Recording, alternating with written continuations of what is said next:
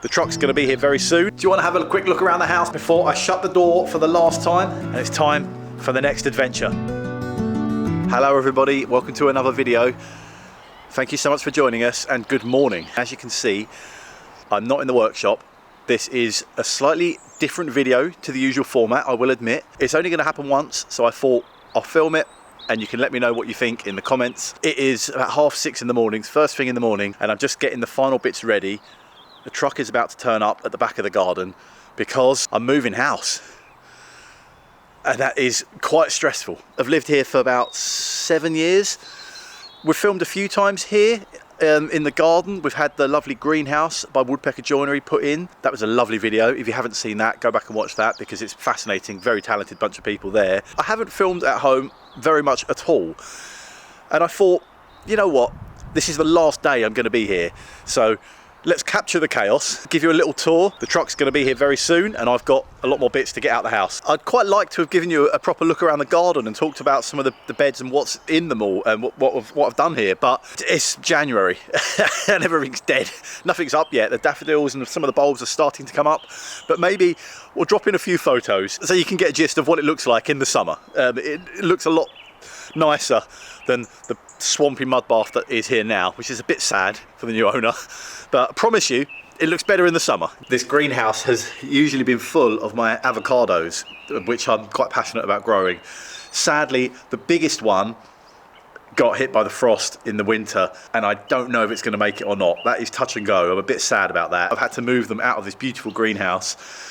They've been in the house temporarily. They're now going to be slung in the back of a removals van, stored till I don't know when. So I'm so worried about the avocados. I might take one with me in the van, just in case none of the rest make it, and then I'll still have one. Hopefully they'll enjoy their new home. So both this wall behind me and the other wall nearer the house were not here. They're new. Although they don't look it, I've tried very hard to make them look as old as possible. I went and sourced thousands of reclaimed Kent red bricks. They're all really, really old. The whole wall has been built with lime mortar traditionally. There's a lot of little sort of details here and there. It's not just a slab of a flat wall.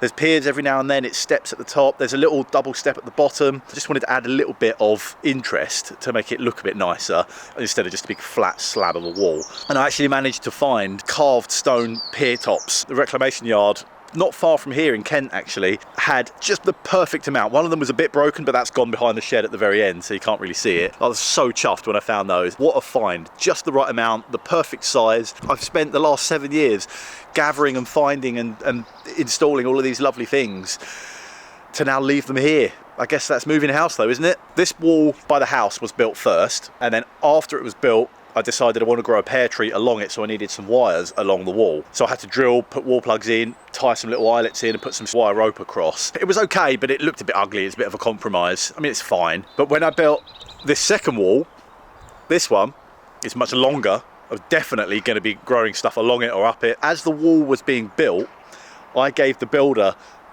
little kind of like, imagine like a capital T. So I welded a thick old piece of steel onto a piece of flat bar, sticking out with a hole in it. As the bricks are being laid, these were put in. I've sort of worked out the spacing beforehand. The builder hated me. It's just like, every 5 courses there needs to be another one of these T's this far apart between each pier, facing that way, so that now there is absolutely no way that they're ever going to come out of the wall. So I could tie some wire rope to them, put it nice and tight, pull it as tight as I like, grow whatever I like up it, knowing that they're never going to pull out. It's not just a wall plug that's going to pull out because there's that flat plate behind the bricks in there. So that was a good move. I hope the new owner appreciates that. This is the details, isn't it? I bet some of you are more knowledgeable than me about bricks, any bricklayers out there. The first wall over by the house is much older than this new wall, the same style of brick. The ones by the house are perfect. They're really hard, they've lasted really well. This long wall, the frosts we've had recently, so many of the bricks have just blown out and crumbled, and I have no idea why. I mean, luckily this is just a garden wall and I kind of like it because it makes it look a bit older, a bit warm. But if I'd bought these bricks from a salvage yard and put them in my house, I'd be gutted. Half the brick almost is just blown off and come off. The other one, absolutely fine. Up here at the back of the garden, where that roller is, there used to be a big, really old quince tree, and I used to bring the quince down to the barn. The bears, Kirsten, used to take them and make their chutneys and quince jellies and stuff like that. It was a really old tree, and it would do really well. I would have wheelbarrows full of quince, which is something I'd not tried before, never had them before, but that was a new experience. Unfortunately, last year in one of the bad storms, it blew over. I think it was so old. It already had a lean really badly. I had to prop it up with a big leg. And I think the roots just rotted. I think it had its day. It was just time. It just said, I've had enough. It would get so much fruit that the branches would bend over and sort of almost touch the floor. The whole thing was leaning over. Days were numbered, to be fair. I'm gutted that it fell down. But I have kept the tree trunk, and I'm going to get it into the workshop, chop it up, dry it out, and maybe make something like a picture frame or something like that. It's not massive, so it might be a small picture frame. But I've never even seen quince wood for sale. Can you get that? Is that a thing? Who knows? But maybe that'll be a future video in a year or so once it's dried out. At the moment, it's just a big wet tree trunk that I need to chop up. I've put the pear, the apples, all sorts of fruit trees, including this cherry that have gone in. A nice yew as well, that I've been wanting to do some topiary and to make it into like an ice cream twist. So I've been clipping it and training it into a cone to eventually trim it into that ice cream swirl, but never was brave enough to actually do it, and so now it's just stayed a cone. Maybe I should leave a note for the next for the next owner. It's just like, this was the plan. Another little detail, Dave Smith, who I'm sure you know, he's a good friend of mine. He's been on the channel a few times. He does reverse glass gilding, brilliant cutting, amazingly talented guy down in Torquay. He designs typefaces and fonts amongst other things. He just draws them and designs them, and he sent me this typeface. I can't remember what it's called, but this sign saying Gates in Use, the font is from Dave Smith, and so I have made this frame. It's made of oak. It's been here for years. It's getting a bit weathered now, to be fair. It could do with a bit of a refresh, but it's held up really quite well, actually. Bit of sign writing, we'll leave that. These 4 little raised beds, really not massive, and they have been so productive. I built these. That was quite an epic quest as well, trying to get these sleepers in, 2 stacked up, and I've drilled through them and put stainless steel rods down and bolted them together, then put the cap on the top so you can't actually see. So there's no way, because I see these quite often, and then after a while the weather gets to the timbers and they start bending and bowing and sort of splitting apart. So they've held up really well. They're nice and sturdy. They've been in for years, and they have been so productive, growing all sorts from runner beans, onions, sweet corn, cauliflower, broccoli, all sorts of stuff. There is a huge rhubarb there. Again, you can't see it now. It looks very unimpressive, but it's there, and it will be back in the spring. The more you pick it, the more it keeps growing. It gets bigger and bigger every year. Tomatoes have been a massive success as well. I've built this little frame that we'll leave, and there's been runner beans and sweet peas and all sorts growing up there. I'm gonna have to do this all again. That's the worrying thing. There's 2 beehives. Sadly, I don't have the bees anymore. They've all moved out. Actually, to be honest, I'm quite glad. Trying to move 2 colonies of bees, I do not fancy. That reminds me, Will from the repair shop, Will Kirk, also came to the garden before, back in the summer a few years ago, because he needed some beeswax for something he was doing on Morning Live, and he couldn't get hold of any quickly. So he came here, and we went in the hive and extracted some. Oh my gosh! 2 hours later then? John, there's too many! Yeah. He went on Morning Live and made a little demo of how to make furniture wax or something like that. But I don't have the bees anymore, so I'm leaving these hives here because they kind of look the part now. They're at home in there. But I did enjoy it, so I think more bees in the future.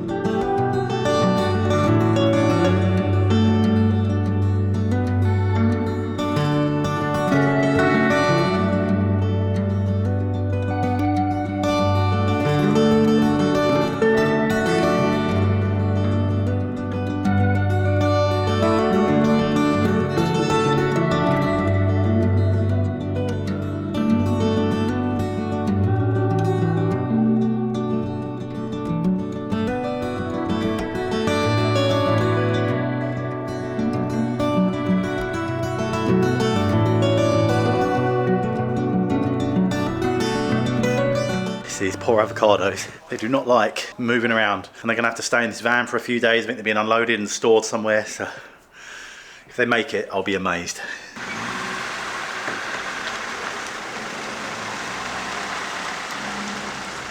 One van full of garden stuff, one van full of house stuff, and all done before lunchtime. Everything's gone, and I've got a few hours now to tidy up, have a good clean up, and the last few bits that I've forgotten, inevitably. It's weird seeing this place empty. Goodness me. That's quite enough of the garden. Do you want to have a quick look around the house before I shut the door for the last time? From what I've been told, this house was built roughly 1680s or 1690s, so it's very, very old. No foundations, like someone's just stamped down a bit of mud and was like, yeah, we'll build the house there, that'll be fine. It's lasted hundreds of years, so it's done okay. This is the kitchen. This is the oldest bit of the house. I apologise if the audio is a bit echoey, but there's nothing in it. It's a timber framed building, which I have never had before. So this was a big learning curve, and that does come with some responsibility. This house is grade 2 listed. It's protected, it's an area of outstanding natural beauty. There's a fair few restrictions, but none of that has ever caused a problem at all. If you're looking at a place that is protected, don't be put off. Yes, you have to get permission. You maybe can't put PVC double glazed windows in, but if you're buying a house that's 300-400 years old, should you be putting plastic windows in it anyway? So any work that I've done has been perfectly fine and accepted and no problem at all, because I've done everything sympathetically to the house and garden and the surrounding area. These beams actually, for example, they were covered in like a black, tarry, horrible paint, which was a trend, it was a fashion, it was quite a common thing to do. That causes some issues because they've got historic signs of woodworm, and you can't treat it. Anything you spray or paint on there is not gonna get through that tarry paint. So these have been dry ice blasted. Absolutely brilliant. I loved it. It's really, really good process. Very, very gentle. It's left the crumbliest little bits. It just takes the paint off. It's amazing how it works. It's sort of like, I think it freezes the surface, the paint that you're trying to remove, and then uses like a thermal shock almost to blast it to remove it. But the dry ice, it never turns into a liquid. So it's not pumping loads of water into the beams, which is not a good thing, because the woodworm like humidity. And now I've got a open, untreated surface that every year they all get sprayed and treated with a brand. I think Sovereign is the brand that I use. Sort of soak them in that, and it's been fine. No signs at all of any new woodworm. Every kind of survey's been done structurally, and timber surveys to assess it all. It's all absolutely fine. It's been standing here for hundreds of years and it's not going anywhere yet. Although the rest of the house is still timber framed, it's got a later sort of Georgian looking front, bricked up, and all the other walls are sort of lime rendered, so you can't actually see any of the other beams. They're there, they're just hidden. Let's have a quick look at the living room. Very dark in here. This is a lime wash, which is quite unusual to have it this dark, and that's because it's from a lovely lady in, I think she's in South London, Francesca. She makes her own lime washes and paints, and I went up to see her, I went to her studio and actually mixed this with her, and she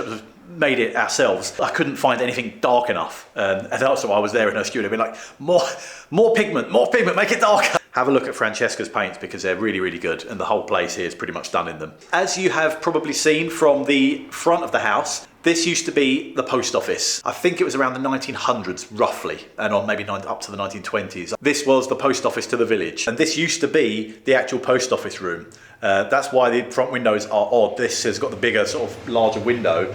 I think that used to be the window display for the post office. You can see in the photo, ever so slightly, there's like seed displays and all the bits in the window. I think there used to be a counter like in the middle of the room here somewhere, and up until this point, the floorboards are really worn down.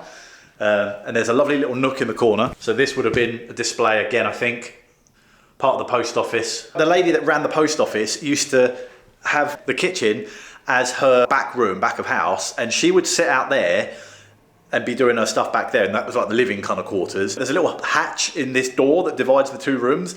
Apparently she used to have a little curtain, and so she would be in the back room, and when the bell went at the front, somebody came in, she would be able to peek through the window and see who it is and see who's come in and then come out and serve them. These are all stories that I've been told from the previous owners and the previous owner before them, and other people in the village that have been there their whole lives that remember not necessarily it being a post office, but remember just stories get passed on through the people, so it's quite nice. So there's a lot of history in this room.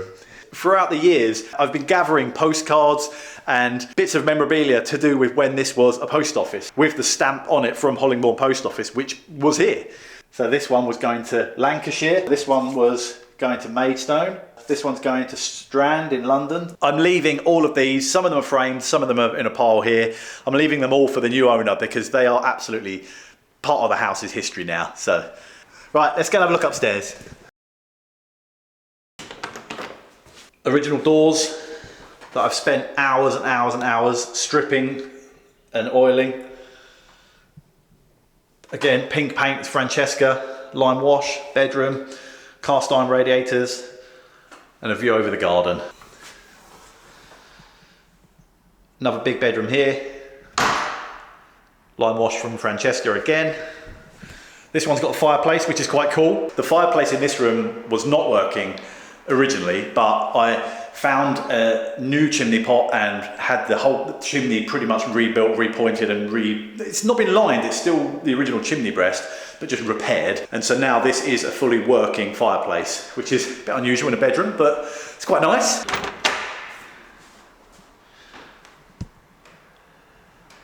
Another bedroom.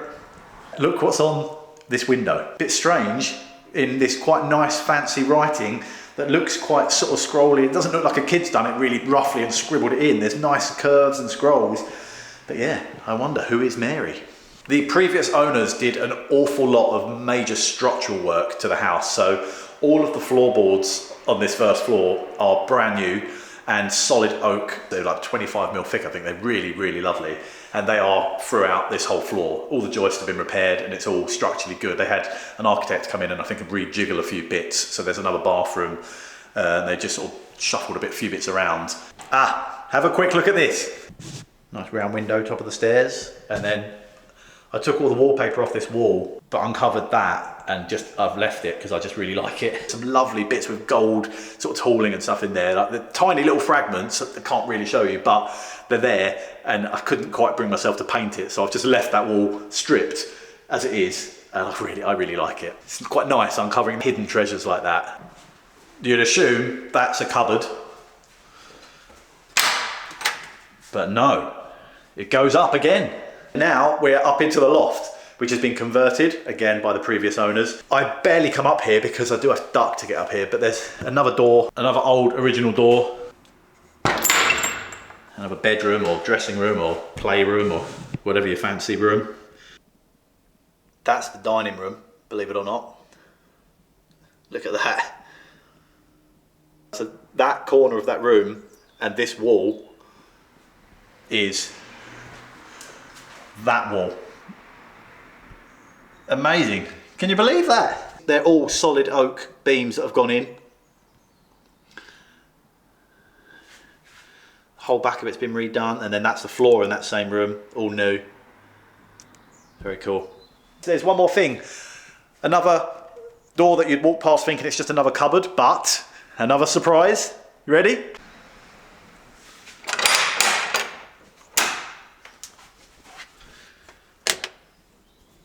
That's right, a creepy basement. Not super glamorous, but really, really handy for keeping all of the quince jelly and chutneys and things like that. They last down here really nicely. It's really cool. And it's got these strange little nooks. I have no idea why they're here.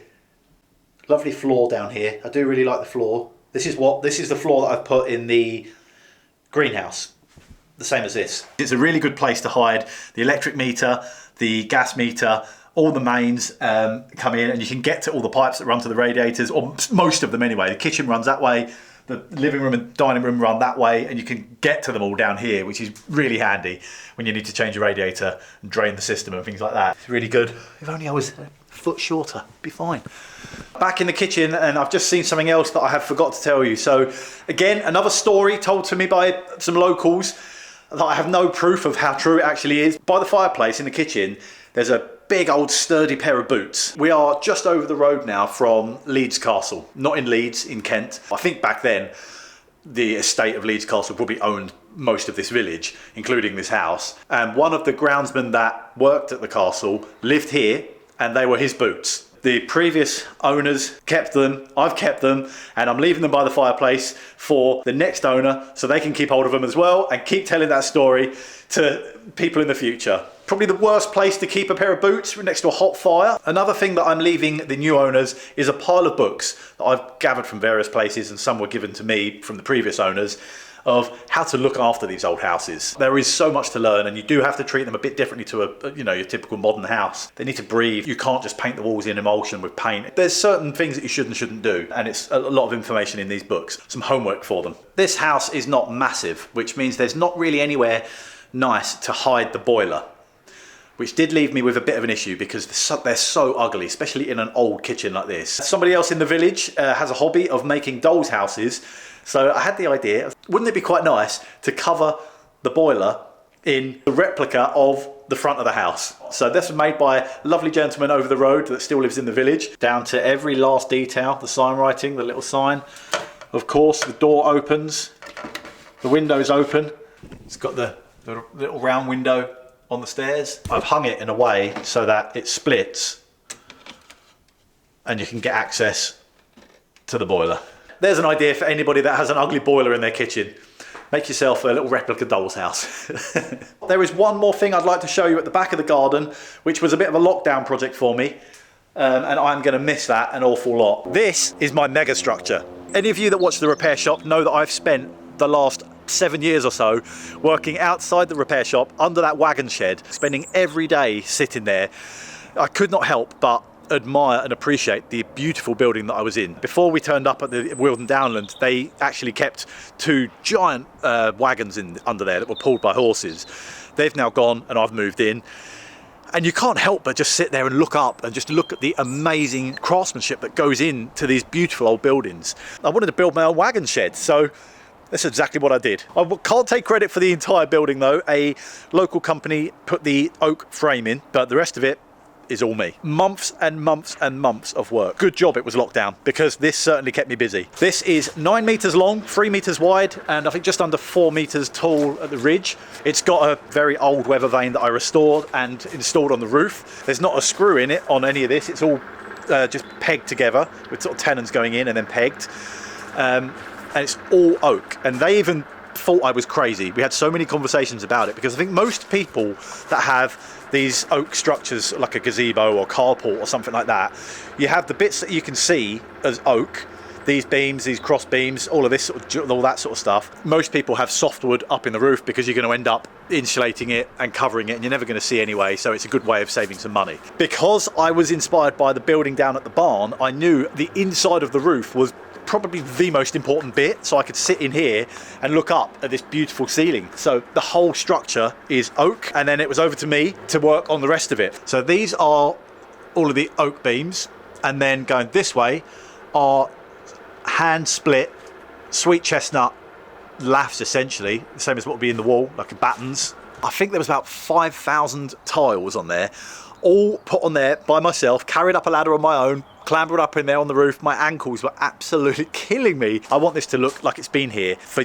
hundreds of years. So finding really old reclaimed tiles, the hand split chestnut battens, and every single tile has been put in with an oak peg. There's only one peg per tile. That's the rules. That's what I learned, and that's what I've done. Every single hole in each tile is completely different size.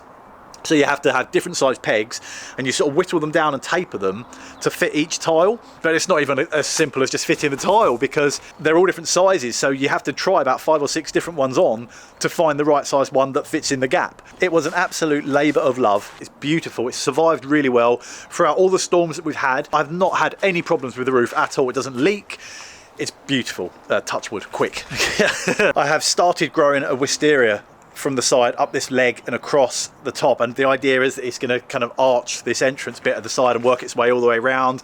There's a couple of strands that are heading up to the weather vane. I kind of want it to go all over the roof and up around the sides. Pat is the head gardener at Waterbury Gardens, where we film Make It at Market, and I got a telling off. I've been twisting it around the beam as it goes so it can kind of hold itself on, and winding it around the rafters and around. Pat didn't like that. She said it needs to be on the surface, never go around the structure, because obviously as the wisteria gets older and bigger and fatter, it's going to cause a problem later on, and the only way to solve that is to chop it. That may be a problem for whoever's here in another 150, 200 years time, because it's going to take a while to get that big, but lesson learned, and I will not do that again. Sorry, Pat. So this is it. I'm about to lock up everything, hand the keys in, and I'm done. It has been such an adventure, and I've learned so much being here. I've really looked after this house for the next generation, for the next person, and the previous owners certainly did that, and I hope that the new owners will carry it on. I am certainly going to miss my mega structure and my walls and the greenhouse, but I guess we look to the future, and it's time for the next adventure. I hope that you'll hang around for the ride, because it's certainly going to be a roller coaster.